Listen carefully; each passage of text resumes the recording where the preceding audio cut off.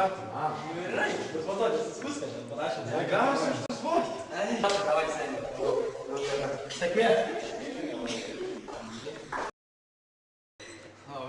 Ateik jūs tai prisės.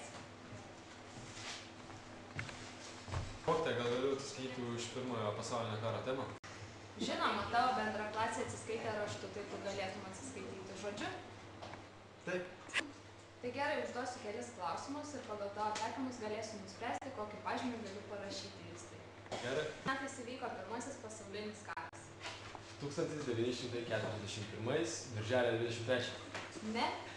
O gal žinai, kokios buvo pirmo pasaulinio karo priežastys? Žinoma, mokytoja, kadangi šią temą gerai išdėstėte, tai galiu pasakyti, kad amerikiečiai norėjo užpulti Lietuvą. Kadangi Lietuva gerai sutarė su rusais, jie mums paskolino Raudonąją armiją. Taip mes puolėme Ameriką ir šiaip jaunosios Europos šalys, Japonija, Australija, norėjo pasidalinti Lietuvą iš naujo. Justai, na ir tavo vaizduotė. O gal žinai, kokie buvo pirmojo pasaulinio karo padariniai? Daugelis žmonių gavo darbus, padėjo gimstamumas, atsirado pokeris. Galiu parašyti tik tai 2. Mokytoja, galiu paklausti? Taip, galima. Kelintais metais vis dėlto įvyko pirmasis pasaulinis karas ir kokios buvo jo priežastys? Jisai vyko 1914–1918. Visos karo priežastys ir padariniai yra knygoje. O padariniai? Daugelis žmonių žuvo, dauguma šeimų neteko artimųjų, dauguma žmonių badavo, neteko darbo. Taip, Justai, matau, gali geriau. Galvą ant pečių turi, tik reikia įdėti pastangų. O jeigu gali, tai ir pasimokyk. Gerai, mokytoja, pasimokysiu.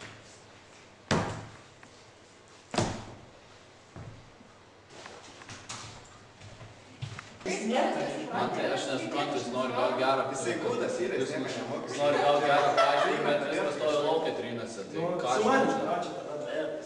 Bet tu tai irgi kamas ir iš kelio. Bet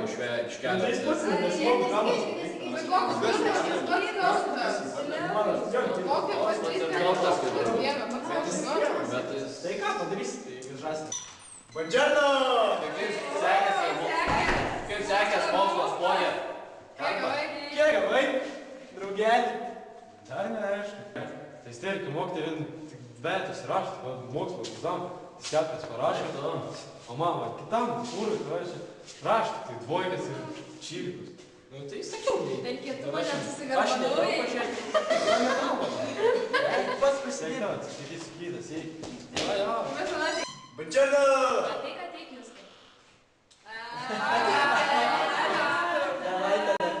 Aš maniau, esi kultūringas vaikinukas. Stengiasi taisyklingai kalbėti. O ką aš girdžiu? Mokytoja, aš tik su savais. Bet ir su savais negalima kalbėti, bet kaip. Nuo šiol ir su savais stengsiu kalbėti taisyklingai. Įsiminkime Justino Marcinkevičiaus žodžius.